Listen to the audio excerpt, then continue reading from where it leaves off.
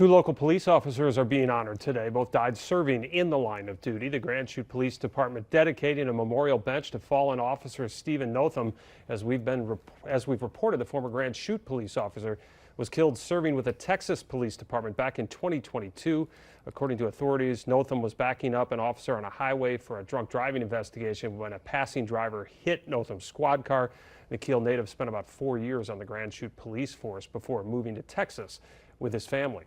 And the Two Rivers Police Department holding a ceremony honoring Thomas Dodge. He died in the line of duty 50 years ago. According to the Officer Down memorial page, he was shot and killed when he and another officer went to check on a man who had left the hospital without checking out. The suspect fired a shotgun through an apartment door, hitting Dodge. The suspect was found not guilty by reason of mental disease and was committed to a state hospital where he has since died. Our Action 2 News crews covering both ceremonies will provide you with updates coming up later in the show.